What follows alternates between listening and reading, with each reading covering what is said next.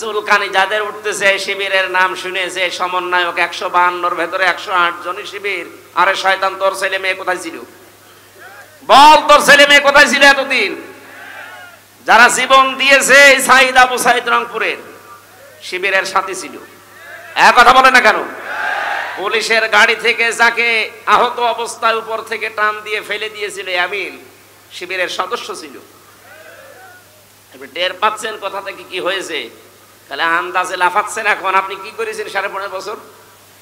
ঢাকা বিশ্ববিদ্যালয়ের শিবিরের সভাপতি এই কয়েকদিন আগ পর্যন্ত কেউ জানতোই না। সে ফেরাউনের কোলে মোসা যেমন লালন পালন হয়েছে, আমার মনে হয় ওইভাবে উনি কাজ করেছে। তারে তো এই দেশের প্রতিটি জনগণের অন্তত সংবর্ধনা দেওয়ার দরকার ছিল এই কৌশল অবলম্বন করার কারণে। আর না, অনেক মুনাফিক, অনেক জালেম এখন উল্টা পাল্টা ফতোয়া দিচ্ছে। কেন? এতদিন তার পরিচয় গোপন ছিল, এতদিন মাথায় তুলে আপনি নাচিয়েছেন। এখন পরিচয়টা দেওয়ার পরে আপনার কি সমস্যা? কি আমি চাই এদেশে ছাত্র দল যেমন প্রতিষ্ঠিত হোক, আমি চাই এদেশে চরমনার আন্দোলনের যারা ছাত্র আছে, ইসলামী শাসনতন্ত্র আন্দোলনের ছাত্র যারা, তারা প্রতিষ্ঠিত হোক। আমি ওইভাবে, আমার মন উদার, এজন্য চাই ইসলামী ছাত্র শিবির এদেশে ওইভাবে প্রতিষ্ঠিত হোক। আমার তো ছেলে নেই, আমার মেয়ে আছে। আমি চাই আমার মেয়েদেরকে মানুষের মতো মানুষ করার জন্য একটা সংগঠনের দেশে আমার মন মতো আছে। আমি ধাসে ধাসে পরীক্ষিত, সেটা ইসলামী ছাত্রী সংস্থা। আমি আপনাকে গ্যারান্টি দিচ্ছি, যদি শেষ বয়সে বৃদ্ধাশ্রমে যেতে না চান, যদি নিজের ছেলে নিজের মেয়েকে নেশাগ্রস্ত অবস্থায় দেখতে না চান, ইসলামী ছাত্রী সংস্থা ইসলামী ছাত্র শিবিরে নির্দ্বিধায় দিয়ে দেন। আমি গ্যারান্টি দিচ্ছি এই দুইটা কাজ জীবনে পাবেন না। একমাত্র ছাত্র সংস্থা বাংলাদেশে একটাই, অন্যগুলো আছে ইসলামী যারা আছে, কিন্তু এটা আমি পরীক্ষিত, এদের ভেতরে কোনো নেশাখোর নেই। আপনি আল্লাহর ওলি দেখার জন্য সেই বরিশাল চলে যান, আল্লাহর ওলি দেখার জন্য চলে যাচ্ছেন সেই চট্টগ্রামে, সিলেটে। কিসের আল্লাহর ওলি? আল্লাহর ওলি আপনার বাড়ির পাশে ওই ছেলেটা যে যুবক মানুষ 5 ওয়াক্ত নামাজ পড়ে আর তাহাজ্জুদ আদায় করছে। এটার ট্রেনিং দেওয়ার জন্য ইসলামী ছাত্র শিবির, ইসলামী ছাত্রী সংস্থা, এটা আল্লাহর নিয়ামত। আমি আবার বলছি, ছেলে আল্লাহ আমাকে দেয়নি, দুইটাই মেয়ে, এই দুইটাকে এরকম জায়গায় ভর্তি করে দেব। আমার জীবনের কোনো চিন্তা থাকবে না যে তাদের নিয়ে, কারণ ওইভাবেই তারা ধাসে ধাসে গড়ে তুলবে। 5 ওয়াক্ত নামাজ পড়লে রিপোর্ট লেখা লাগে যে আমি 5 ওয়াক্ত নামাজ পড়েছি। আমি পরীক্ষিত এই কারণে বলছি, কয়েকদিন আগে আমার একটা শপথ ছিল, কিন্তু হয়নি। 120টার উপরে আমরা প্রশ্ন দিয়েছিল পারিবারিক জীবন সম্পর্কে, 20টার উপরে। আমি সারা দেশে কোরআনের ওয়াজ করে বেড়াই, অথচ আমি এ পরীক্ষায় পাশ করতে পারলাম না। আমার সিরিয়াল আবার পেছিয়ে দিয়েছে। তাহলে যারা পাশ করেছে ওরা যদি সত্যি পাশ করে থাকে, তারা কোন ধাঁচের মানুষ আপনি টের পাচ্ছেন না? নবীজি যা করেছিলেন আমার মনে হচ্ছে 1500 বছর পরে তাই করছে এই মানুষগুলো। এমনি এমনি আল্লাহ একেবারে সহজে বিজয় দিয়ে দিল। এর ভেতরে কত ঘাম, কত রক্ত, কত কৌশল, কত বুদ্ধি আপনি টের পাচ্ছেন? 15.5 বছর বহু চেষ্টা হয়েছে, কিচ্ছু হয়নি। জালেম আরো তার বৃদ্ধি বাড়িয়েছে। কথা বলেন। বিশ্ব নবী জানালেন তোমরা পায়খানা কম বানাবা আর চুলা বেশি বানাবা। ওই সময় আবু জেহেল তো আগেই মারা গেছে বদরে। মক্কা বিজয়ের সময় বেঁচে ছিল, কাফেরদের যে নেতৃত্বে ছিল এই লোকটার নাম আবু সুফিয়ান। খুব কৌশল বস্তু। রাতের বেলা গোয়েন্দাদেরকে 4 জনকে পাঠিয়েছে, যা তো দেখ মুহাম্মদ এসেছে নাকি মক্কা বিজয় করার জন্য, লোকজন কেমন আছে এটা একটু দেখে আয়। ওরা রাতের বেলা একটু হাফসা দেখে, পাহাড়ের পাদদেশ থেকে তাকিয়ে দেখছে মানুষ আর কয়জন তো জানে না তাঁবুর ভেতরে, শুধু চুলা গুনতেছে। রান্নাঘর 1 2 3 4, মানে এক একজন মানুষ বানিয়েছে 8টা 10টা করে। 10,000 মানুষ যদি 5টা করেও বানায়, বলেন কত? এই 50,000 করতে করতে ওদের রাত হয়ে গেছে, রাত 12টা 1টা। একটা কাজ হলো, 5 চুলা যদি এত হয় তো মানুষ কত আছে ও গুনে শেষ করা যাবে না। চল নেতারে বলি। নেতারা এসে বলছে যে কি মানুষের পরিমাণ আমরা জানি না, তাঁবুর ভেতরে কত কি আছে, খালি চুলা গুনেছি। রান্নাঘর গণনা করতে করতে রাত প্রায় অর্ধেক হয়ে গেছে। আমরা চলে আসলাম, মানুষের হিসাব আমরা জানি না। ধমক দিয়ে বলছে, পাঠালাম তোদের মানুষ গণনা করতে, তোরা চুল আগুনলি, তোদের দিয়ে হবে না। আরো নতুন 4 জনকে ভোরবেলার দিকে পাঠিয়েছে, যা এবার দেখ। নবী যে জানিয়েছিলেন পায়খানা কম বানাবা, আর এরাতে যেহেতু এ কাজে সবার লাগে যাওয়া লাগে, প্রাকৃতিক প্রয়োজন, এক একটা পায়খানার সামনে দাঁড়িয়ে আছে 200, 500, 700 করে। ওরা গণনা করছে লাইন, 4-5 লাইন গণনার পরে চিন্তা করছে এ তো কয়েক হাজার হয়ে গেল, আর তারপর ভেতরে যে কত আছে ও আল্লাহ জানে, দরকার নেই। যে বলছে কত মানুষ আছে গণনা করতে পারেনি, কিন্তু পায়খানার সামনে যে লাইন, 4-5 লাইন গণার পরে আমাদের আর সহ্য হয়নি, চলে এসেছি। গণনা করতে পাঠালাম কি, আর তোরা গণলি কি?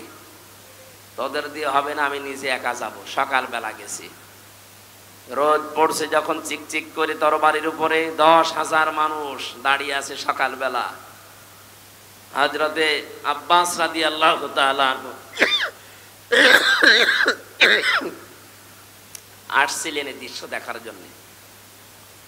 পাহাড়ের পাদদেশে দাঁড়িয়ে আবু সুফিয়ান তাকিয়ে দৃশ্য দেখে হযরত আব্বাসকে দেখতে পেলে, আব্বাস, মনে হচ্ছে তোমার ভাইয়ের ছেলে ভাতিজা আজ বিশাল বাদশা হয়ে গেছে। তার মশান কি 10,000 তরবারি নিয়ে একা একা গিয়েছিল, অথচ আজকে এসেছে 10,000 মানুষ নিয়ে। হযরত আব্বাস ওই দিন বলেছিলেন, আবু সুফিয়ান, তোমার চোখ তোমাকে ধোঁকা দিচ্ছে, ভালো করে চোখ মলন করে আবার একটু তাকিয়ে দেখো, এর নাম বাদশাহী না, এর নাম নবুয়ত। নবুয়তের শান আছে, এই জন্য তুমি এখনো দাঁড়িয়ে আছো। নবুয়ত যদি না হতো তাহলে তোমার মতো কাফের এই জায়গায় কল্লা নিয়ে বডির উপরে দাঁড়িয়ে থাকতে পারতে না। আগস্টের 5-এর পরে যারা ইসলাম বোঝেন না তারা কিন্তু উল্টাপাল্টা শুরু করেছিলেন, কিন্তু সত্যিই যারা ইসলাম বোঝে, 152 জনের ভেতরে 108 জন যারা, তাকান তো, তারাও ঠিক এইটাই কায়েম করেছে। তারা দেখিয়েছে, কিন্তু একটাকেও আঘাত করে নাই। শেষ পর্যন্ত লোকটা মুসলমান হয়ে গিয়েছিল। চিন্তা করেছেন কোথায়? শত্রুদের ঘরে আশ্রয় নিলে বলেছিলেন মাফ করে দিবা। এত বড় কঠোর এবং প্রকাশ্য শত্রু ছিল আবু সুফিয়ান। আমার তো মনে হচ্ছিল 5 তারিখের পর থেকে অন্য কিছু মনে হয় আমাদের দ্বারা হবে, কারণ আমার নিজেরও রাগ ছিল। 3টা বছর বিনা কারণে ওরা যা কষ্ট দিয়েছে আমারে, জেলখানা এমনি দিয়ে দিতেন, 3 বছর না 10 বছর রেখে দিতেন। তা আমার যে মামলা, এই মামলায় তো মানে বাড়িতেও রাখা যায় না, জান্নাতে রাখা দরকার। আর আমারে ওরা ফাঁসির কন্ডেম সেলের ভেতরে 24 ঘন্টা তালা লাগিয়ে আবার সিসি ক্যামেরা দিয়ে রাখে, যেন আমার সাথে কেউ যেন কথা না বলে। মাওলানা মামুনুল হক আর আমার এত কষ্ট দিয়েছে, রিমান্ডে তো দিয়েছে মাটির নিচে নিয়ে, জেলখানার ভেতরে। আর অধিকাংশ পড়তো আমাদের মালায়ন হিন্দু, দেবদাস, সুব্রত বালা, দেবদুলাল, আশিক কুমার, এ নামগুলো মুখস্থ হয়ে গেছে। 3 বছর এরাই ছিল আমার সামনে। মুসলমান দিত না, মনে করতো মুসলমান দিলে যদি ওর উপর একটু দয়া দেখায়, খাবার দাবারের যে অবস্থা মনে হতো কে যেন খাবারটা মাখিয়ে এরপরে দিয়েছে। অথচ উনি নিজেও আমার সাথে 4 দিন ছিলেন, ডাক্তার শফিকুর রহমান। এই লোকটা ঘোষণায় দিয়ে দিলেন যে আমরা আমার নিজের পক্ষ থেকে যা অত্যাচারিত হয়েছি, আমার দলের পক্ষ থেকে সব আল্লাহর জন্য মাফ করে দিলাম। মনে হচ্ছে 1500 বছর আগে নবীজি নিজে মক্কায় দাঁড়িয়ে যেটা বলেছিলেন, লা তাসরিবা আলাইকুমুল ইয়াউম ইয়াগফিরুল্লাহু লাকুম, ঠিক সেই কথাটাই উনি বললেন, কোনো অভিযোগ নেই কারো উপরে, সব মাফ করে দিলাম। এই দৃশ্য দেখেই তো 15 থেকে 58 ভাগ এই কয়েকদিনের ভেতরে মানুষ সব ইসলামের দিকে আসতেছে, শুধু একটা দৃশ্যের কারণে। মানুষ লুটপাট নিয়ে ব্যস্ত, মারামারি নিয়ে ব্যস্ত, আর উনি এই বুড়ো বয়সে 60, 62, 65 বছর বয়স ওনার, অথচ এই বয়সে সেই ফেনীতে গিয়ে হাঁটু পানির ভেতরে, গলা পানির ভেতরে মানুষের খোঁজ নিচ্ছে। কই দেশে আর মানুষ নেই? আমরা আগস্টের 5 তারিখের আগের জরিপ দেখেছিলাম। আন্তর্জাতিক বিশ্ব নিয়ে আমি যতটুকু লেখাপড়া করেছি, যতটুকু জানি, 257টা রাষ্ট্র পৃথিবীতে এখন, জাতিসংঘের আন্ডারে 195টা। বিশ্বে বহু দেশে আল্লাহ আমার এই ছোট জীবনে আমাকে নিয়েছে। 100 জনের 15 জন মানুষ চাইতো আগস্টের 5 তারিখের আগে যে এই দেশে ইসলাম কায়েম হোক। মাত্র 1 মাস 16-17 দিনের ব্যবধানের গত পরশু দিনের রিপোর্ট আমি বানাইনি, আল জাজিরা আন্তর্জাতিক একটা রিপোর্ট দিয়েছে দেশের রক্ষণ করে, আন্দাজে দেয়নি তারা, চিন্তা ভাবনা করে তারা দিয়েছে। 100 জনের 58 জন মানুষ এখন চাচ্ছে এই বাংলাদেশে আল্লাহর কোরআন কায়েম হোক। আর এটা কায়েম করার জন্য যিনি পালিয়েছে তার দ্বারা সম্ভব? এক কথা বলেন না কেন? সম্ভব যাদের জন্য, যাদের দ্বারা আপনি টের পাচ্ছেন না, যাদের দেখলে আল্লাহর কথা মনে হয়। এই লোকটার অ্যাক্টিভিটিস, এই লোকটার ইখলাস, এই লোকটার তাওয়াক্কুল, তার ইবাদত আমি নিজে দেখেছি। আমি এই বয়সে, আমার 33 বছর বয়স, 1-1.5 পারা দাঁড়িয়ে পড়তে গেলে আমার পায়ে ব্যথা হয়। আর উনি এক একটা সেজদায় 45 মিনিট 1 ঘন্টা সেজদায় পড়ে আছে। আমার বাবার চাইতেও বয়স বেশি, আমার বাবার 52, ওনার 62-র উপরে। এত বয়সে যদি ইবাদত করতে পারে, যৌবন বয়সে কি করেছে তার ইখলাস দেখেই তো আল্লাহ আজ মানুষের মনের ভেতরে মহব্বত, ভালোবাসা ঢেলে দিয়েছে। প্রকাশ্য শত্রু, তারপরও সামনে গেলে নরম হয়ে যায়। কুষ্টিয়ায় গিয়েছিল কিছুদিন আগে, এক নজর দেখার জন্য হিন্দু পর্যন্ত পাগল যে একটু দেখতে দেন। এই ভালোবাসাটা পয়দা করেছে টাকা পয়সা দিয়ে। এই কথা বলেন। আল্লাহ বলেন, কোন মানুষ যখন ঈমান আর আমলে উত্তীর্ণ হয় তখন আমি আল্লাহ ওই লোকটার প্রতি সৃষ্টি জগতের ভেতরে একটা ভালোবাসা পয়দা করে দিই। এটা বাস্তব আমরা এখন দেখলাম। সুতরাং চুলকানি যাদের উঠতেছে, শিবিরের নাম শুনেছে, সমন্বয়ক 152-র ভেতরে 108 জনই শিবির। আরে শয়তান, তোর ছেলে মেয়ে কোথায় ছিল? বল, তোর ছেলে মেয়ে কোথায় ছিল এতদিন? যারা জীবন দিয়েছে সাইদ আবু সাইদ রংপুরের শিবিরের সাথে ছিল। এক কথা বলে না কেন? পুলিশের গাড়ি থেকে যাকে আহত অবস্থায় উপর থেকে টান দিয়ে ফেলে দিয়েছিল আমিন, শিবিরের সদস্য ছিল। টের পাচ্ছেন কথা থেকে কি হয়েছে? তাহলে আন্দাজে লাফাচ্ছেন এখন। আপনি কি করেছেন 15.5 বছর? কিচ্ছু অবদান আপনার নেই।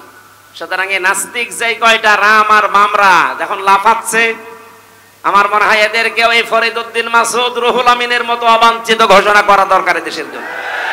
এগুলো ক্যান্সারে দেশের।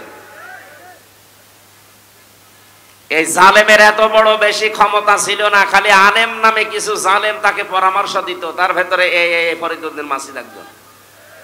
এই লোকটা যদি কোরআনের পাখির ফাঁসি চাইতে পারে, আমরাও উল্টা করে তার ফাঁসি এখন চাই। কথা বলেন। আমরা অবিলম্বে তার বিচার চাই। শাহবাগের মতো জায়গায় যে নাস্তিকদের পক্ষ নিতে পারে কোন আলেম, এদেশের সব ঘরানার আলেম এখন তাকে মন থেকে ঘৃণা করে। আমরা কাউকে ভালোবাসলে আল্লাহর জন্য বাসি, কাউকে ঘৃণা করলে আল্লাহর জন্য করি। নাস্তিকদের কাজ যেটা, সেটা যে বলছে জীবনের সবচাইতে বড় সাওয়াবের কাজ করলাম আজকে। কত বড় শয়তান! ওর নামে অনেক পীর এখন সাফাই গাছে যে আমাদের তালুই হয়। কিসের তালুই আপনার? কোরআনে কারীম জানিয়েছে যারা আল্লাহ রাসূল এবং জিহাদের বিরুদ্ধে অবস্থান নেয়, তারা যদি নিজের বাবা মা হয়, স্ত্রী হয়, সন্তান হয়, তাও তাদের বাদ দেওয়া লাগবে। সূরা তাওবার আয়াত, সূরা তাওবার 23 নম্বর আয়াতের তাফসীর পড়ে দেখেন, এখানে 8-9 জনের ব্যাখ্যা আছে। যে পীর নামে আপনি এত বড় পীর, বুজুর্গ মানুষ, এই কথা বললেন কি করে যে আমার তালুই হয়? কিসের তালুই? বাবার সাথে সম্পর্ক রাখা জায়েজ নেই যারা জিহাদের বিরুদ্ধে অবস্থান নেয়।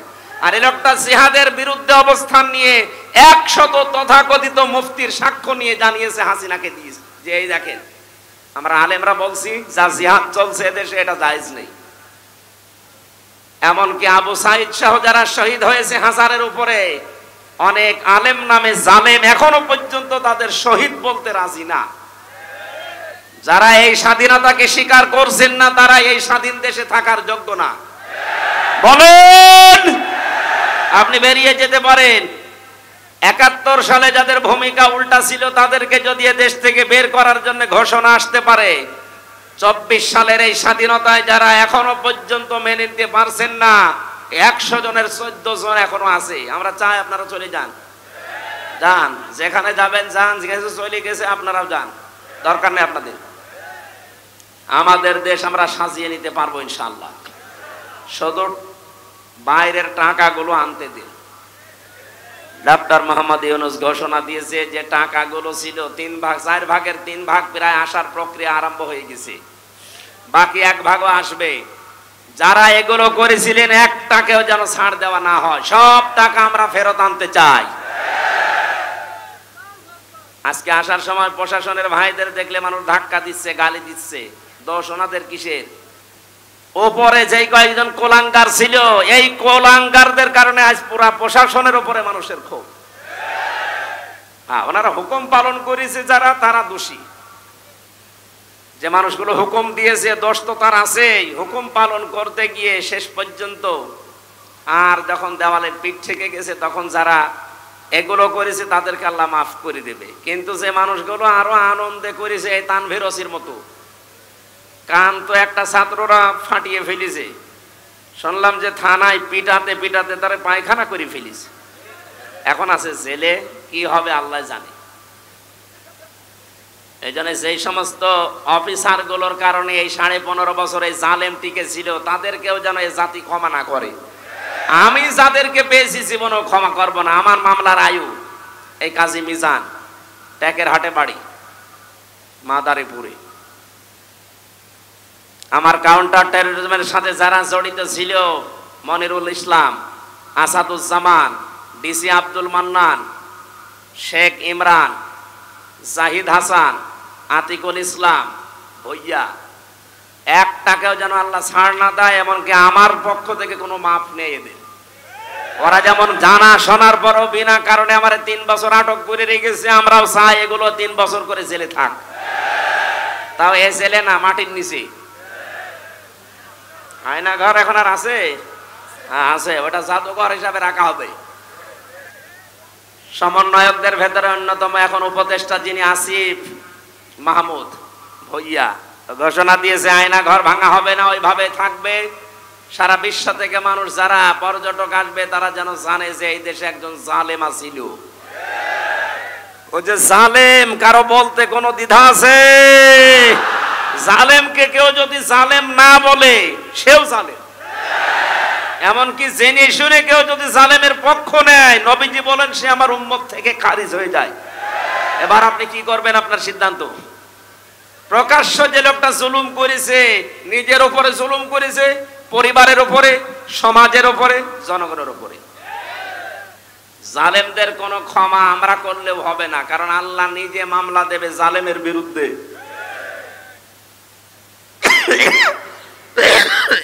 কথাটা খুব ভয়ঙ্কর কথা। আল্লাহ নিজে মামলা দেবে, আপনি টের পাচ্ছেন? আমার তো এই আয়াত পড়ার পরে, সূরা শুরার 42 নম্বর আয়াত, এই আয়াত পড়ার পরে আমার শরীর শিউরে ওঠে যে এ দেশের 1628টা চেয়ারে যারা ছিল সবগুলো জালেম।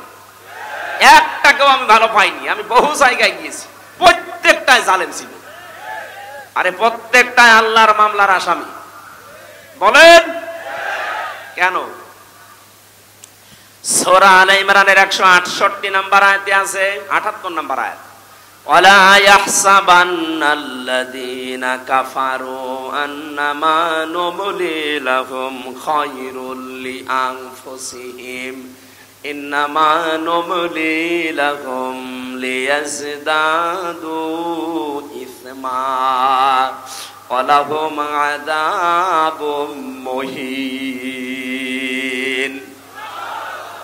আল্লাহ পাক বলেন, হে নবী, কাফেররা ধারণা করে, মনে করে, এই চিন্তা ভাবনা করে যে ক্ষমতা আল্লাহ তাদেরকে দিয়েছে, ক্ষমতায় বসিয়ে রেখেছে মনে হয় ভালোবেসে। অথচ না, তাদের এই ক্ষমতা দিয়ে যে জুলুম অত্যাচার গুলো হয়, আমার আল্লাহ বলেন আমি তাদের পাপ পরিপূর্ণ হয়ে যাক এইটা চাই, আর হয়েছেও তা। 15.5 বছরে পাপ একেবারে খাপের খাপ মিলে গেছে, আর জায়গা নেই। তখন আল্লাহ পাক বলেন আলাহুম আযাবুম মুহিন, আমার শাস্তি তখন ভয়ঙ্কর অবস্থায়, অপমানিত অবস্থায় তাদেরকে পাকড়াও করেছে। 850 বছর আগে পালিয়েছিল লক্ষণ সেন, এত বছরের ভেতরে পৃথিবীতে কেউ পালায়নি, এইটা বাদ দিয়ে। কথা বলেন না কেন? এই জন্য বাস্তবতায় এইটা আল্লাহ পাক দেখেছেন যে পাপ আর জায়গা নেই পূর্ণ হওয়ার, পরিপূর্ণ হয়ে গেছে। তখন আল্লাহ ধরেছে একেবারে ধরার মতো। যারেই ধরে তারে এত অপমান করে, পৃথিবীতে এত অপমান কেউ হয়নি। আপনারা বলেন ওরা যারা ফাঁসি দিয়েছে, হ্যাঁ ফাঁসি যারা দিয়েছে, যে মানুষগুলো ফাঁসি হয়েছে প্রত্যেকেই বীরের মতো জীবন দিয়ে গেছে। আমাকে যে কারারক্ষী পাহারা দিত তার ভেতরে একজন আমি মুসলমান পেয়েছিলাম, কুতুবউদ্দিন, রাজবাড়িতে বাড়ি। বের হওয়ার কিছুদিন আগে আমারে বলছে, হামজা ভাই, আমি ওই সময় পাহারায় ছিলাম শহীদ মীর কাশেম আলীর। ওনাকে যেদিন ফাঁসি দেওয়া হবে সকাল রাত 10টা 1 মিনিটে, সন্ধ্যার সময় আমার ডিউটি শুরু হওয়ার পরে বললাম, স্যার আপনারা 3 ঘন্টা পরে ফাঁসি, আপনি প্রস্তুতি নেন। উনি আমারে বলছে, কারারক্ষী ভাই, 3 ঘন্টা তো অনেক সময়, আপনি 2 ঘন্টা ঘুমালাম, আপনি আমারে ডাক দিয়ে দিয়েন 1 ঘন্টা আগে। আপনি আল্লাহর ওলি খুঁজে পান না? মাওলানা মামুনুল হক জেলখানায় আমার পাশের রুমে 3টা বছর মাঝে মাঝে এই কথা আমাকে জানাতো, হামজা ভাই, এতদিন পর্যন্ত উল্টা পাল্টা ধারণা আমিও করেছি, এখন বাস্তবতা এসে দেখছি এদেশের সবচাইতে আল্লাহওয়ালা এবং ইমানদার মানুষ যাদের ফাঁসি দেওয়া হয়েছে জামাতের, তাদের যে ইমান কোন পর্যায়ে এটা মাপার ক্ষমতা আমারও নেই। আমিও মানুষ হিসাবে মাঝে মাঝে ধৈর্যহারা হয়ে যায়। কিন্তু কি শোনালো কারারক্ষী, 3 ঘন্টা পরে যার ফাঁসি, সে লোকটা বলছে আমি 2 ঘন্টা ঘুমালাম, আপনি আমারে ডাক দিয়েন। তার ঘুম আসে কি করে? আমরা ঘুমের বড়ি খেয়ে আমার ঘুম আসতো না, তাও তো আমার কোনো চিন্তা নেই। আর তার নিজের ছেলে ব্যারিস্টার আরমান গুম হয়ে আছে 8 বছর। তার স্ত্রী ওই সময় অসুস্থ, তার দলীয় লোকগুলো সব পালিয়ে পালিয়ে বেড়াচ্ছে, কেউ জেলখানায় ভর্তি আছে। বাংলাদেশের ভেতরে একটা ম্যাগনেট ছিল, হাজার লক্ষ মানুষের কর্মসংস্থান তৈরি করে দিয়েছে। সেই লোকটা মাত্র 3 ঘন্টা পরে ফাঁসি বলছে আমি ঘুমালাম। দেখলাম ঠিক 2 ঘন্টা পরে ডাক দিলাম, উনি উঠলেন, গোসল করার পরে ওযু করার পরে এসে নামাজ শেষ করে আমারে বলছে এবার চলেন। চলেন মানে আপনি যদি নিয়ে যেতে না পারেন তাহলে জল্লাদকে ডাক দেন, কারণ সময় আর বেশি নেই, মনে আছে শ্বশুর বাড়ি যাবে, তাড়াতাড়ি করছে।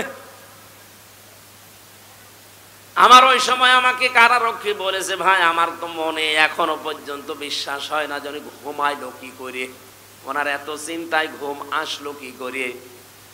আমি বলেছিলাম, কুতুব ভাই, ঘুম কেন এসেছে আমি বুঝতে পেরেছি। সূরা হামিম সিজদার 30 নম্বর আয়াতে আল্লাহ 1500 বছর আগে তার ঘুমের কাহিনী জানিয়েছেন। ইন্নাল্লাযীনা ক্বালু রাব্বুনাল্লাহু সুম্মা ইসতাকামু তাতানাজ্জালু আলাইহিমুল মালাইকা। আল্লাহ পাক বলেন, অবশ্যই যারা এই কথা বলতে পারে আমাদের রব আল্লাহ, আর এর উপরে যারা টিকে থাকতে পারে। এ বাংলাদেশের 100 জনের 96 জন যেহেতু আমরা মুসলমান, আমরা এক বাক্যে চামড়ার মুখ দিয়ে বলে ফেলতে পারি আমাদের রব আল্লাহ, কিন্তু টিকে থাকার মতো মানুষ মাত্র 100 জনের 15 জন ছিল। এক কথা বলছেন, 96 জন মানুষ আমরা বলি যে হ্যাঁ আমাদের রব আল্লাহ, কিন্তু ঝড় আসলে টিকে থাকার মতো মানুষ মাত্র 100 জনের 15 জন। বাকিগুলো সব ওই আমার তালই হয় এই লাইনে আছি। ঝড় দেখলেই বাতি আগেই নিভে যায়। কোথায় সেই সৈয়দপুরে ঝড় উঠেছে, এই জল ঢাকায় বাতি নিভে গেছে। কিন্তু যারা টিকে থাকতে পারে, সৈয়দপুরে না, এখান থেকে 1/2 কিলোমিটার দূরেও যদি বিশাল ঘূর্ণিঝড় শুরু হয়, বাতি জ্বলতেই থাকে। তাদের ভেতরে একজন শহীদ মীর কাশেম আলী। এই লোকটাকে যখন আল্লাহ একজন আছে, তিনি আমাদের রব, এবং টিকে থাকার মতো ঈমান আল্লাহ দেখলেন যে হ্যাঁ টিকে আছে, আল্লাহ পাক বলেন তখন তার বিপদে আমি আল্লাহ ফেরেশতা পাঠাই। এ কথা কার? আরো জোরে বলেন। এটা যে প্রমাণ হয়েছে এই দেশে, সেই কথাটাই শোনালাম। কেন ওই লোকটা ওই সময় এ কথা বললো যে আমি 2 ঘন্টা ঘুমাই? আপনি কি স্বাভাবিক মনে করছেন? বলতে আমার যত সহজ লাগছে, বিষয়টা এত সহজ না, কারণ আমি নিজে তো পরীক্ষিত। ঘুমের পাওয়ার আলা বড়ি খাওয়ার পরে আমার ঘুম আসতো না, আর তার বিনা চিন্তায়, কোনো চিন্তাই নেই। আমার তো মনে হচ্ছিল যে আল্লাহ যেন নিজে ফেরেশতা পাঠিয়ে তার কানের কাছে এই কথা শোনাচ্ছে, আল্লাহ তাখাফু ওয়ালা তাহজানু, কোনো ভয় নেই, কোনো চিন্তা নেই। আয়াতের তাফসীর পড়তে গিয়ে আমি দুইটা বিষয় পেয়েছি। ফেরেশতারা আসার পরে কানের কাছে মুখ নিয়ে জানাতে থাকে, মীর কাসেম আলী ভয় পাবেন না।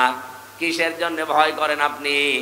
ওই যে জান্নাত দেখা যাচ্ছে, ওয়াবশিরু বিল জান্নাহ।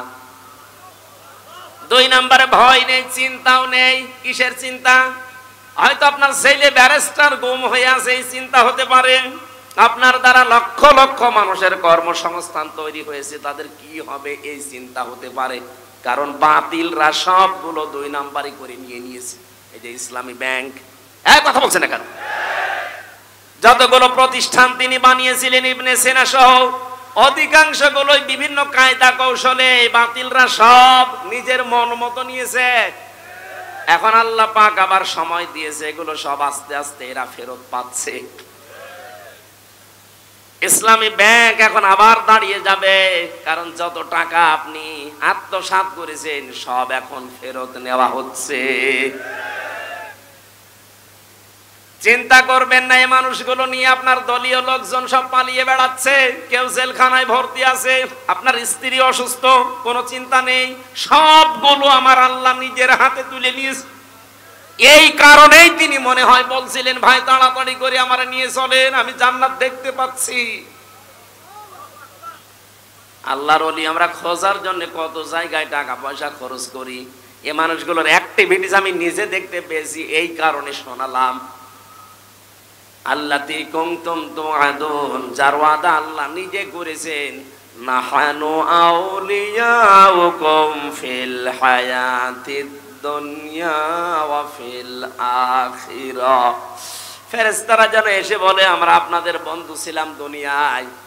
বন্ধুই যদি না হবে, মাত্র 1000-এর উপরে জীবন দিয়ে গেল কিছুদিন আগে।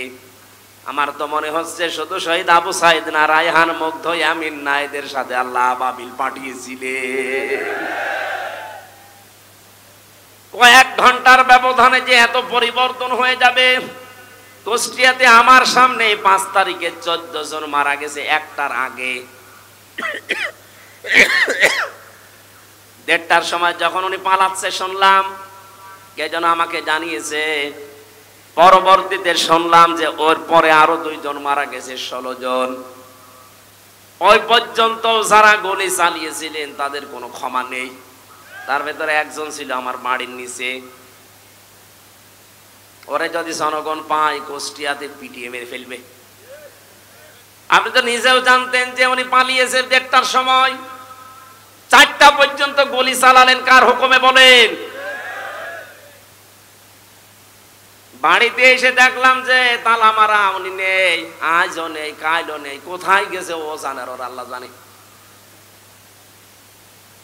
আমি যে কথা বলার জন্য ছোট্ট কাহিনীটা বললাম, সত্যি কোন মানুষ যদি আল্লাহকে রব বলার পরে টিকে থাকতে পারে, মহান আল্লাহ তাকে যে সাহায্য করে জমিনে, এটা আমরা নিজে দেখেছি। এই জন্য আমাদের ঈমান যা ছিল আল্লাহ আরো বাড়িয়ে দিয়েছেন, বলেন আমিন। এটা যেন টিকে থাকে। আমরা মুনাফিকি করতে চাই না। এই দেশ এখন ইসলামপন্থীদের হাতে সবচাইতে বড় নিরাপদ, এটা প্রমাণ হয়ে গেছে। ইসলাম যাদের কাছে নেই তাদের কাছে দেশ নিরাপদ না। তারা সুযোগ পেলে মারিং কাটিং করবে, বেঁচেও দিতে পারে। কিন্তু যাদের কাছে ইসলাম আছে তারা এ দেশ জীবন দিয়ে হলেও রক্ষা করবে। তার প্রমাণ আবু সাইদ। এই কথা বলে না কেন? সুতরাং আমরা চাই 58 জন যখন হয়ে গেছে, আর কিছুদিন সময় দেন। এ দেশের 100 জনের 100 জন চাইবে যে দেশে ইসলাম ছাড়া আর কিছু চলতে দেব না ইনশাআল্লাহ। যারা দায়িত্বে আছে এরা যেহেতু অধিকাংশ গুলো মুসলমান, আল্লাহ এই মানুষগুলোকে যেন ওমরের মতো পাল্টিয়ে দেন। জোরে বলেন না কেন আমিন। পৃথিবীতে ভালো কাজ বলে আমরা যারা অনেক দরবার থেকে, অনেক জায়গা থেকে, অনেক দল থেকে ভালো কাজের এই শব্দটা নিয়ে চিল্লাপাল্লা হয়। ভালো কাজ কোনটা, এইটা আজকে কোরআন দিয়ে আমরা জানবো। এরপরে সামনে আমাদের জীবন ওই ভালো কাজে লাগাবো ইনশাআল্লাহ। সূরা মুলকের 2টা আয়াত পড়েছি। প্রথম আয়াত আল্লাহর একত্ববাদ, আল্লাহর পরিচয়, বড়ত্ব, মহত্ব, গুরুত্ব, এই সমস্ত বিষয় নিয়ে আলোচনা আছে, আমি ওইটাই গেলাম না। দ্বিতীয় আয়াতে আছে আল্লাহ রাব্বুল আলামিন বলেন আল্লাযী খালাকাল মাউতা ওয়াল হায়াতা লিয়াবলুয়াকুম আইয়ুকুম আহসানু আমালা ওয়া হুয়াল আজিজুল গফুর। বলেন আমিন। রাব্বুল আলামিন বলেন সূরা মুলকের 2 নম্বর আয়াতে, তিনি সে আল্লাহ যিনি তোমাদের মউত আর হায়াত বানিয়েছেন একটা পরীক্ষা করার জন্য, যে সবচাইতে বেশি ভালো কাজ করে তার কাছে যেতে পারে। আমরা যেহেতু সবাই যাওয়া লাগবে, এটা আপনি যেতে চান আর না চান যাওয়াই লাগবে, এটাই ফাইনাল। কথা বলেন। যাওয়ার আগে আল্লাহ দেখতে চাই আইয়ুকুম আহসানু আমালা, সবচাইতে ভালো কাজকে তার কাছে নিয়ে যেতে পারে। আল্লাহ কিন্তু আমাদের কাছে বেশি কাজ চান না, তিনি ভালো কাজ চান। তাফসীর পড়তে গিয়ে আয়াতের তাফসীরে হক্কানিতে পেয়েছি, কোন মানুষ যদি কোন কাজকে ভালো কাজ হিসাবে রূপ দিতে চায়, 4টা বিষয় লাগবে। আপনি আমি ভালো কাজ মনে করে করলে ওটা ভালো হবে না। ওটার শর্ত কয়টা? 4টা। বলেন বলেন। 1 নম্বরে ভালো কাজ করতে হলে ওই বিষয়ে জ্ঞান লাগবে, যেটা আরবিতে ইলম বলে। যে কোনো কাজ করার আগে ওই বিষয়ের জ্ঞান অর্জন করা লাগবে আগে। 2 নম্বরে আপনার নিয়ত হওয়া লাগবে পরিশুদ্ধ। দুনিয়ার মানুষকে দেখে ভালো বলবে, কে খারাপ বলবে না। এই কাজটা আমি করছি আমার মালিকের জন্য। জোরে বলেন আল্লাহু আকবার। 3 নম্বরে এই কাজ করতে গেলে যদি বাধা বিপত্তি আসে, ধৈর্য ধারণ করা লাগবে। 4 নম্বরে এই কাজের ভেতরে ইখলাস লাগবে। বলেন কি লাগবে? এই 4টা বিষয় আমি বাস্তবে অনেকের ভেতরে পাচ্ছি, এজন্য তাদের কাজগুলো আমার কাছে ভালো মনে হয়। আজ দেখেন এই দেশে কত মানুষ কত কাজ করার পরে ভালো কাজ বলে চালিয়ে দিচ্ছে, কিন্তু কাজটা সম্পর্কে সঠিকভাবে তথ্য জানা না থাকার কারণে কাজটা হওয়ার আগেই ভেঙে পড়ছে। কুষ্টিয়ায় মেডিকেল কলেজ বানিয়েছে। আমি যখন জেলখানায় ছিলাম পত্রিকায় দেখলাম নাকি ছাদ ভেঙে পড়ে একজন অসুস্থ আহত অবস্থা। দেখেন কাজটার জন্য কত কোটি টাকা বাজেট হয়েছিল, কিন্তু ভালো কাজ হয়নি। রডের বদলে হয়তো বাঁশ দিয়েছিল। কথা বলেন না কেন?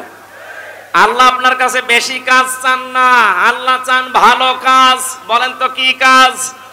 ভালো কাজের প্রথম শর্ত ওই বিষয়ে জ্ঞান লাগবে। বাংলাদেশ জামাত ইসলামী আর ইসলামী ছাত্র শিবির, ইসলামী ছাত্রী সংস্থা, আমি যা দেখেছি বাস্তবে এইটাই যাচ্ছে। যাকে যেই লাইনে উঠাতে চায় ওই লাইনের অভিজ্ঞ করে তুলে দিচ্ছে। আপনি বিচারপতির লাইনে, অ্যাডভোকেটের লাইনে, আইনজীবীদের লাইনে, ডাক্তারের লাইনে, ব্যবসায়ীর লাইনে, যে লাইন বলেন আপনি তাকান। জামাত ইসলামী শিবিরের লোক যে লাইনে আছে দেখবেন ওই বিষয়ে খুব অভিজ্ঞ। বাস মনে হচ্ছে তোমার ভাইয়ের ছেলে ভাতিজা আজ বিশাল বাদশা হয়ে গেছে। তার মশান কি 10,000 তরবারি নিয়ে একা একা গিয়েছিল, অথচ আজকে এসেছে 10,000 মানুষ নিয়ে। হযরত আব্বাস ওই দিন বলেছিলেন, আবু সুফিয়ান তোমার চোখ তোমাকে ধোঁকা দিচ্ছে, ভালো করে চোখ মলন করে আবার একটু তাকিয়ে দেখো। এর নাম বাদশাহী না, এর নাম নবুয়ত।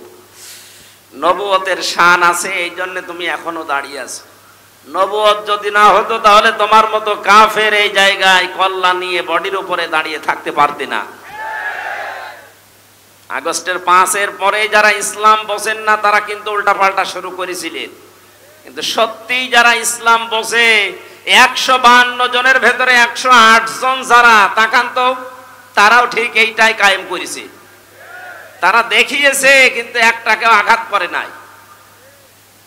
শেষ পর্যন্ত লোকটা মুসলমান হয়ে গিয়েছিল। চিন্তা করেছেন কোথায়? শত্রুদের ঘরে আশ্রয় নিলে বলেছিলেন মাফ করে দিবা। এত বড় কঠোর এবং প্রকাশ্য শত্রু ছিল আবু সুফিয়ান। আমার তো মনে হচ্ছিল 5 তারিখের পর থেকে অন্য কিছু মনে হয় আমাদের দ্বারা হবে, কারণ আমার নিজেরও রাগ ছিল।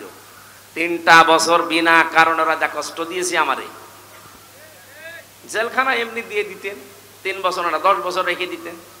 তা আমার যে মামলা, এই মামলায় তো মানে বাড়িতেও রাখা যায় না, জান্নাতে রাখা দরকার। আর আমারে ওরা ফাঁসির কন্ডেম সেলের ভেতরে 24 ঘন্টা তালা লাগিয়ে আবার সিসি ক্যামেরা দিয়ে রাখে, যেন আমার সাথে কেউ যেন কথা না বলে। মাওলানা মামুনুল হক আর আমার এত কষ্ট দিয়েছে, রিমান্ডে তো দিয়েছে মাটির নিচে নিয়ে, জেলখানার ভেতরে। আর অধিকাংশ পড়তো আমাদের মালায়ন হিন্দু, দেবদাস, সুব্রত বালা, দেবদুলাল, আশিক কুমার, এ নামগুলো মুখস্থ হয়ে গেছে।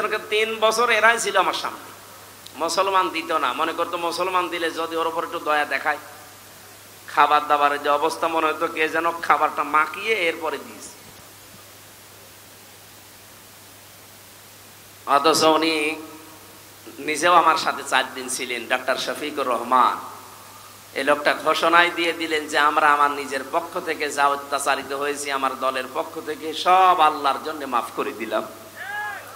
মনে হচ্ছে 1500 বছর আগে নবীজি নিজে মক্কায় দাঁড়িয়ে যেটা বলেছিলেন, লা তাসরিবা আলাইকুমুল ইয়াউম ইয়াগফিরুল্লাহু লাকুম, ঠিক সেই কথাটাই উনি বললেন, কোনো অভিযোগ নেই কারো উপরে, সব মাফ করে দিলাম। এই দৃশ্য দেখেই তো 15 থেকে 58 ভাগ এই কয়েকদিনের ভেতরে মানুষ সব ইসলামের দিকে আসতেছে, শুধু একটা দৃশ্যের কারণে। মানুষ লুটপাট নিয়ে ব্যস্ত, মারামারি নিয়ে ব্যস্ত, আর উনি এই বুড়ো বয়সে 60, 62, 65 বছর বয়স ওনার, অথচ এই বয়সে সেই ফেনীতে গিয়ে হাঁটু পানির ভেতরে, গলা পানির ভেতরে মানুষের খোঁজ নিচ্ছে। কই দেশে আর মানুষ নেই?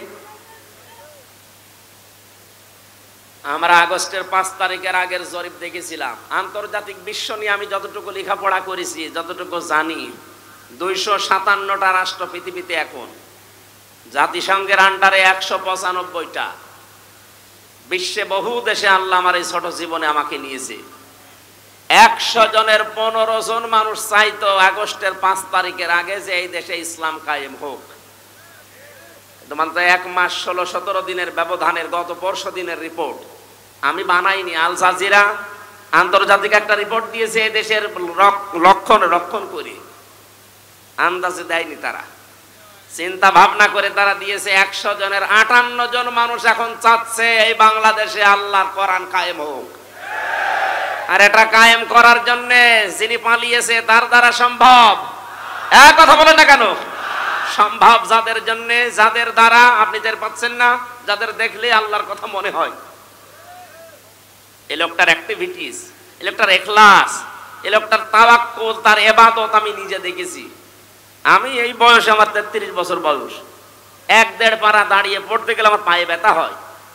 আর উনি এক একটা সেজদায় 45 মিনিট 1 ঘন্টা সেজদায় পড়ে আছে।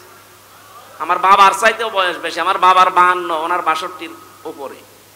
এত বয়সে যদি ইবাদত করতে পারে, যৌবন বয়সে কি করেছে তার ইখলাস দেখেই তো আল্লাহ মানুষের মনের ভেতরে মহব্বত, ভালোবাসা ঢেলে দিয়েছে।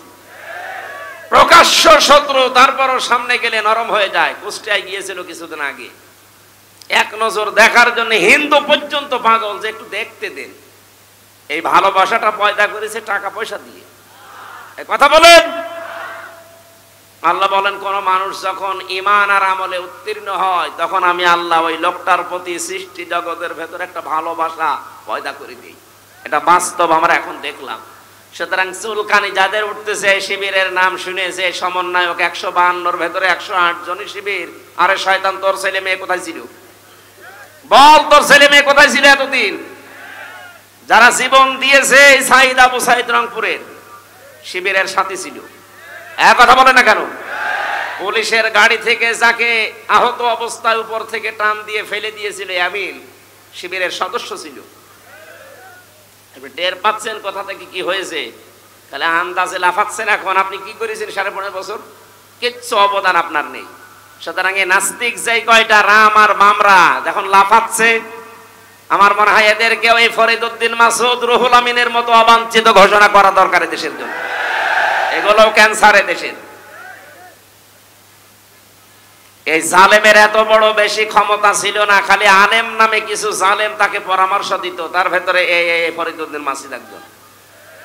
এই লোকটা যদি কোরআনের পাখির ফাঁসি চাইতে পারে, আমরাও উল্টা করে তার ফাঁসি এখন চাই। কথা বলেন। আমরা অবিলম্বে তার বিচার চাই। শাহবাগের মতো জায়গায় যে নাস্তিকদের পক্ষ নিতে পারে কোন আলেম, এদেশের সব ঘরানার আলেম এখন তাকে মন থেকে ঘৃণা করে। আমরা কাউকে ভালোবাসলে আল্লাহর জন্য বাসি, কাউকে ঘৃণা করলে আল্লাহর জন্য করি। নাস্তিকদের কাজ যেটা, সেটা যে বলছে জীবনের সবচাইতে বড় সওয়াবের কাজ করলাম আজকে। কত বড় শয়তান! ওর নামে অনেক পীর এখন সাফাই গাছে যে আমাদের তালুই হয়। কিসের তালুই আপনার? কোরআনে কারীম জানিয়েছে যারা আল্লাহ রাসূল এবং জিহাদের বিরুদ্ধে অবস্থান নেয়, তারা যদি নিজের বাবা মা হয়, স্ত্রী হয়, সন্তান হয়, তাও তাদের বাদ দেওয়া লাগবে। সূরা তাওবার আয়াত, সূরা তাওবার 23 নম্বর আয়াতের তাফসীর পড়ে দেখেন, এখানে 8-9 জনের ব্যাখ্যা আছে যে পীর নামে আপনি এত বড় পীর, বুজুর্গ মানুষ, এই কথা বললেন কি করে যে আমার তালুই হয়? কিসের তালুই? বাবার সাথে সম্পর্ক রাখা জায়েজ নেই যারা জিহাদের বিরুদ্ধে অবস্থান নেয়। আর এই লোকটা জিহাদের বিরুদ্ধে অবস্থান নিয়ে 100 তথাকথিত মুফতির সাক্ষ্য নিয়ে জানিয়েছে হাসিনাকে দিয়েছে যে এই দেখেন আমরা আলেমরা বলছি যা জিহাদ চলছে এদেশে এটা জায়েজ নেই। এমনকি আবু সাইদ সহ যারা শহীদ হয়েছে হাজারের উপরে, অনেক আলেম নামে জালেম এখনো পর্যন্ত তাদের শহীদ বলতে রাজি না। যারা এই স্বাধীনতাকে স্বীকার করছেন না, তারা এই স্বাধীন দেশে থাকার যোগ্য না। বলেন, আপনি বেরিয়ে যেতে পারেন। 71 সালে যাদের ভূমিকা উল্টা ছিল তাদেরকে যদি দেশ থেকে বের করার জন্য ঘোষণা আসতে পারে, 24 সালের এই স্বাধীনতায় যারা এখনো পর্যন্ত মেনে নিতে পারছেন না, 100 জনের 14 জন এখনো আছে। আমরা চাই আপনারা চলে যান, যান, যেখানে যাবেন যান, যেখানে চলে গেছে আপনারাও যান, দরকার নেই আপনাদের। আমাদের দেশ আমরা সাজিয়ে নিতে পারবো ইনশাআল্লাহ। শুধু বাইরের টাকাগুলো আনতে দিন। ডক্টর মোহাম্মদ ইউনূস ঘোষণা দিয়েছে যে টাকাগুলো ছিল 3 ভাগ, 4 ভাগের 3 ভাগ প্রায় আসার প্রক্রিয়া আরম্ভ হয়ে গেছে, বাকি 1 ভাগও আসবে। যারা এগুলো করেছিলেন 1 টাকাও যেন ছাড় দেওয়া না হয়, সব টাকা আমরা ফেরত আনতে চাই। আজকে আসার সময় প্রশাসনের ভাইদের দেখলে মানুষ ধাক্কা দিচ্ছে, গালি দিচ্ছে। দোষ ওনাদের কিসের? ওপরে যেই কয়েকজন কোলাঙ্গার ছিল, এই কোলাঙ্গারদের কারণে আজ পুরা প্রশাসনের উপরে মানুষের ক্ষোভ। ওনারা হুকুম পালন করেছে যারা, তারা দোষী। যে মানুষগুলো হুকুম দিয়েছে দোষ তো তার আছেই। হুকুম পালন করতে গিয়ে শেষ পর্যন্ত আর যখন দেওয়ালে পিঠ থেকে গেছে, তখন যারা এগুলো করেছে তাদেরকে আল্লাহ মাফ করে দেবে। কিন্তু যে মানুষগুলো আরো আনন্দে করেছে, এই তানভীর ওসির মতো, কান তো একটা ছাত্ররা ফাটিয়ে ফেলেছে, শুনলাম যে থানায় পিটাতে পিটাতে তারা পায়খানা করে ফেলেছে, এখন আছে জেলে। কি হবে আল্লাহ জানে। এই জন্য যেই সমস্ত অফিসার গুলোর কারণে এই 15.5 বছর এই জালেম টিকে ছিল, তাদেরকেও যেন এই জাতি ক্ষমা না করে। আমি যাদেরকে পেয়েছি জীবনেও ক্ষমা করব না। আমার মামলার আয়ু এই কাজী মিজান, ট্যাকের হাটে বাড়ি, মাদারীপুরে। আমার কাউন্টার টেরোরিজমের সাথে যারা জড়িত ছিল, মনিরুল ইসলাম, আসাদুজ্জামান, ডিসি আব্দুল মান্নান, শেখ ইমরান, জাহিদ হাসান, আতিকুল ইসলাম, ভইয়া, 1 টাকাও যেন আল্লাহ ছাড় না দেয়। এমনকি আমার পক্ষ থেকে কোনো মাফ নেই এদের। ওরা যেমন জানা শোনার পরও বিনা কারণে আমার 3 বছর আটক করে রেখেছে, আমরাও চাই এগুলো 3 বছর করে জেলে থাক। তাও এ জেলে না, মাটির নিচে। আয়না ঘর এখন আর আছে? হ্যাঁ আছে, ওটা জাদুঘর হিসাবে রাখা হবে। সমন্বয়কদের ভেতরে অন্যতম এখন উপদেষ্টা যিনি আসিফ মাহমুদ ভইয়া ঘোষণা দিয়েছে আয়না ঘর ভাঙা হবে না, ওইভাবে থাকবে। সারা বিশ্ব থেকে মানুষ যারা পর্যটক আসবে তারা যেন জানে যে এই দেশে একজন জালেম ছিল। ও যে জালেম, কারো বলতে কোনো দ্বিধা আছে? জালেমকে কেউ যদি জালেম না বলে, সেও জালেম। এমনকি জেনে শুনে কেউ যদি জালেমের পক্ষ নেয়, নবীজি বলেন সে আমার উম্মত থেকে খারিজ হয়ে যায়। এবার আপনি কি করবেন? আপনার সিদ্ধান্ত। প্রকাশ্য যে লোকটা জুলুম করেছে, নিজের উপরে জুলুম করেছে, পরিবারের উপরে, সমাজের উপরে, জনগণের উপরে, জালেমদের কোনো ক্ষমা আমরা করলেও হবে না, কারণ আল্লাহ নিজে মামলা দেবে জালেমের বিরুদ্ধে।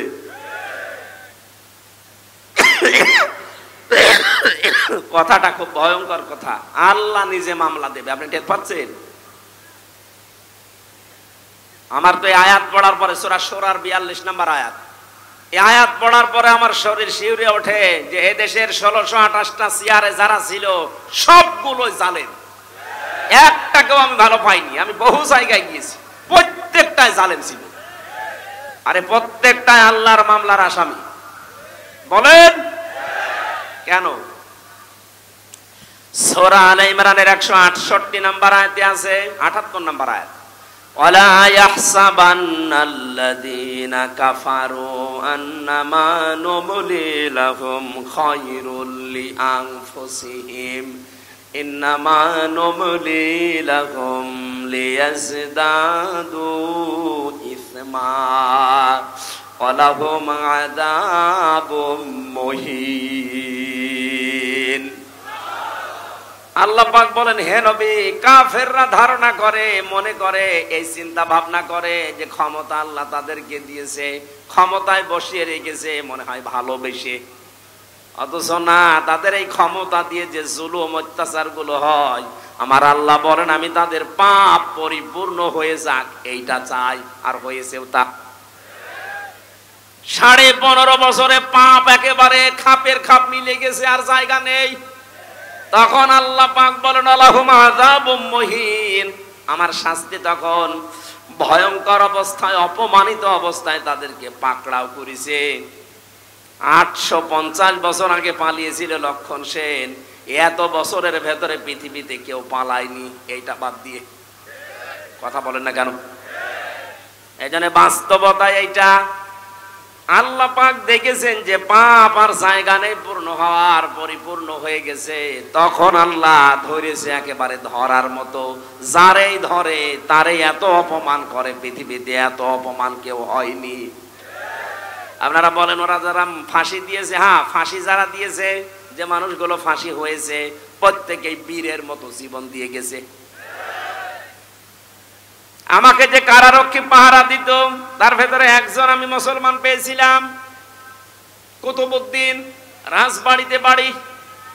বের হওয়ার কিছুদিন আগে আমারে বলছে, হামজা ভাই, আমি ওই সময় পাহারায় ছিলাম শহীদ মীর কাশেম আলীর, ওনাকে যেদিন ফাঁসি দেওয়া হবে সকাল রাত 10টা 1 মিনিটে, সন্ধ্যার সময় আমার ডিউটি শুরু হওয়ার পরে বললাম, স্যার আপনারা 3 ঘন্টা পরে ফাঁসি, আপনি প্রস্তুতি নেন। উনি আমারে বলছে, কারারক্ষী ভাই 3 ঘন্টা তো অনেক সময়, আপনি তো 2 ঘন্টা ঘুমালাম, আপনি আমারে ডাক দিয়ে দিয়েন 1 ঘন্টা আগে। আপনি আল্লাহর ওলি খুঁজে পান না? মাওলানা মামুনুল হক জেলখানায় আমার পাশের রুমে 3টা বছর মাঝে মাঝে এই কথা আমাকে জানাতো, হামজা ভাই এতদিন পর্যন্ত উল্টা পাল্টা ধারণা আমিও করেছি, এখন বাস্তবতা এসে দেখছি এদেশের সবচাইতে আল্লাহওয়ালা এবং ইমানদার মানুষ যাদের ফাঁসি দেওয়া হয়েছে জামাতের,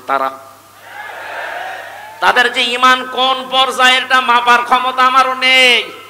আমিও মানুষ হিসাবে মাঝে মাঝে ধৈর্যহারা হয়ে যায়। কিন্তু কি শোনালো কারারক্ষী, 3 ঘন্টা পরে যার ফাঁসি সে লোকটা বলছে আমি 2 ঘন্টা ঘুমালাম, আপনি আমারে ডাক দিয়েন। তার ঘুম আসে কি করে? আমরা ঘুমের বড়ি খেয়ে আমার ঘুম আসতো না, তাও তো আমার কোনো চিন্তা নেই।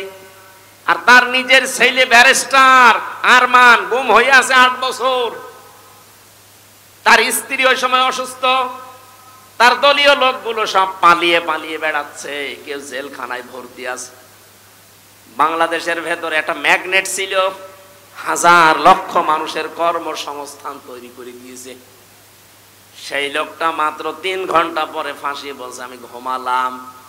দেখলাম ঠিক 2 ঘন্টা পরে ডাক দিলাম, উনি উঠলেন, গোসল করার পরে ওযু করার পরে এসে নামাজ শেষ করে আমারে বলছে এবার চলেন। চলেন মানে আপনি যদি নিয়ে যেতে না পারেন তাহলে জল্লাদকে ডাক দেন, কারণ সময় আর বেশি নেই, মনে আছে শ্বশুর বাড়ি যাবে, তাড়াতাড়ি করছে। আমার ওই সময় আমাকে কারারক্ষী বলেছে, ভাই আমার তো মনে এখনো পর্যন্ত বিশ্বাস হয় না যে ঘুমাইলো কি করে, ওনার এত চিন্তায় ঘুম আসলো কি করে। আমি বলেছিলাম কুতুব ভাই ঘুম কেন এসেছে আমি বুঝতে পেরেছি। সূরা হামিম সিজদার 30 নম্বর আয়াতে আল্লাহ 1500 বছর আগে তার ঘুমের কাহিনী জানিয়েছেন। ইন্নাল্লাযীনা ক্বালু রাব্বুনাল্লাহু সুম্মা ইসতাকামু তাতানাজ্জালু আলাইহিমুল মালাইকা আল্লাহ পাক বলেন অবশ্যই যারা এই কথা বলতে পারে আমাদের রব আল্লাহ, আর এর উপরে যারা টিকে থাকতে পারে। এ বাংলাদেশের 100 জনের 96 জন যেহেতু আমরা মুসলমান, আমরা এক বাক্যে চামড়ার মুখ দিয়ে বলে ফেলতে পারি আমাদের রব আল্লাহ, কিন্তু টিকে থাকার মতো মানুষ মাত্র 100 জনের 15 জন ছিল। এক কথা বলছেন? 96 জন মানুষ আমরা বলি যে হ্যাঁ আমাদের রব আল্লাহ, কিন্তু ঝড় আসলে টিকে থাকার মতো মানুষ মাত্র 100 জনের 15 জন। বাকিগুলো সব ওই আমার তালই হয় এই লাইনে আছি, ঝড় দেখলেই বাতি আগেই নিভে যায়। কোথায় সেই সৈয়দপুরে ঝড় উঠেছে, এই জল ঢাকায় বাতি নিভে গেছে। কিন্তু যারা টিকে থাকতে পারে, সৈয়দপুরে না, এখান থেকে ½ কিলোমিটার দূরেও যদি বিশাল ঘূর্ণিঝড় শুরু হয়, বাতি জ্বলতেই থাকে। তাদের ভেতরে একজন শহীদ মীর কাশেম আলী। এই লোকটাকে যখন আল্লাহ একজন আছে, তিনি আমাদের রব, এবং টিকে থাকার মতো ঈমান আল্লাহ দেখলেন যে হ্যাঁ টিকে আছে, আল্লাহ পাক বলেন তখন তার বিপদে আমি আল্লাহ ফেরেশতা পাঠাই। এ কথা কার? আরো জোরে বলেন। এটা যে প্রমাণ হয়েছে এই দেশে, সেই কথাটাই শোনালাম। কেন ওই লোকটা ওই সময় এ কথা বললো যে আমি 2 ঘন্টা ঘুমাই? আপনি কি স্বাভাবিক মনে করছেন? বলতে আমার যত সহজ লাগছে, বিষয়টা এত সহজ না, কারণ আমি নিজে তো পরীক্ষিত। ঘুমের পাওয়ার আলা পড়ি, খাওয়ার পরে আমার ঘুম আসতো না। আর তার বিনা চিন্তায়, কোনো চিন্তাই নেই, আমার তো মনে হচ্ছিল যে আল্লাহ যেন নিজে ফেরেশতা পাঠিয়ে তার কানের কাছে এই কথা শোনাচ্ছে, আল্লাহ তাখাফু ওয়ালা তাহজানু, কোনো ভয় নেই, কোনো চিন্তা নেই। আয়াতের তাফসীর পড়তে গিয়ে আমি 2টা বিষয় পেয়েছি। ফেরেশতারা আসার পরে কানের কাছে মুখ নিয়ে জানাতে থাকে, মীর কাশেম আলী ভয় পাবেন না। কিসের জন্য ভয় করেন আপনি? ওই যে জান্নাত দেখা যাচ্ছে, ওয়াবশিরু বিল জান্নাহ। 2 নম্বরে ভয় নেই, চিন্তাও নেই। কিসের চিন্তা? হয়তো আপনার ছেলে ব্যারিস্টার গুম হয়ে আছে, এই চিন্তা হতে পারে। আপনার দ্বারা লক্ষ লক্ষ মানুষের কর্মসংস্থান তৈরি হয়েছে, তাদের কি হবে এই চিন্তা হতে পারে। কারণ বাতিলরা সবগুলো 2 নাম্বারই করে নিয়েছে। এই যে ইসলামী ব্যাংক, এক কথা বলছে না কেন? যতগুলো প্রতিষ্ঠান তিনি বানিয়েছিলেন ইবনে সিনা সহ, অধিকাংশগুলোই বিভিন্ন কায়দা কৌশলে বাতিলরা সব নিজের মন মতো নিয়েছে। এখন আল্লাহ পাক আবার সময় দিয়েছে, এগুলো সব আস্তে আস্তে এরা ফেরত পাচ্ছে। ইসলামী ব্যাংক এখন আবার দাঁড়িয়ে যাবে, কারণ যত টাকা আপনি আত্মসাৎ করেছেন সব এখন ফেরত নেওয়া হচ্ছে। চিন্তা করবেন না, এই মানুষগুলো নিয়ে আপনার দলীয় লোকজন সব পালিয়ে বেড়াচ্ছে, কেউ জেলখানায় ভর্তি আছে, আপনার স্ত্রী অসুস্থ, কোনো চিন্তা নেই, সবগুলো আমার আল্লাহ নিজের হাতে তুলে নিয়েছে। এই কারণেই তিনি মনে হয় বলছিলেন, ভাই তাড়াতাড়ি করে আমারে নিয়ে চলেন, আমি জান্নাত দেখতে পাচ্ছি।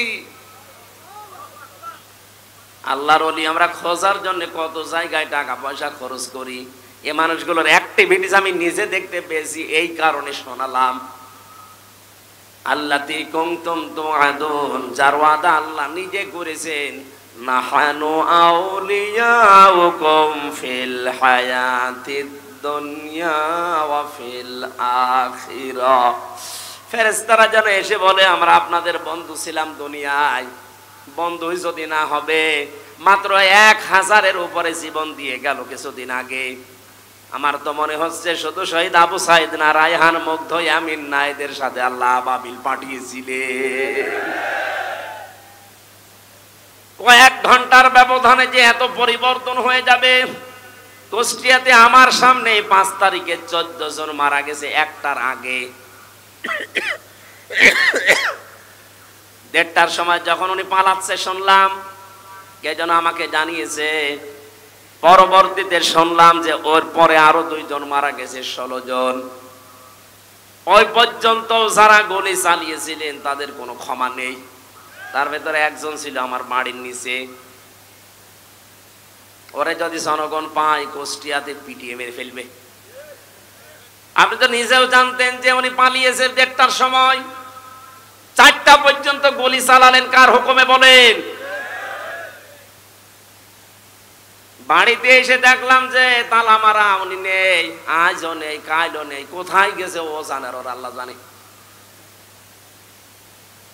আমি যে কথা বলার জন্য ছোট্ট কাহিনীটা বললাম, সত্যি কোন মানুষ যদি আল্লাহকে রব বলার পরে টিকে থাকতে পারে, মহান আল্লাহ তাকে যে সাহায্য করে জমিনে, এটা আমরা নিজে দেখেছি। এই জন্য আমাদের ঈমান যা ছিল আল্লাহ আরো বাড়িয়ে দিয়েছেন, বলেন আমিন।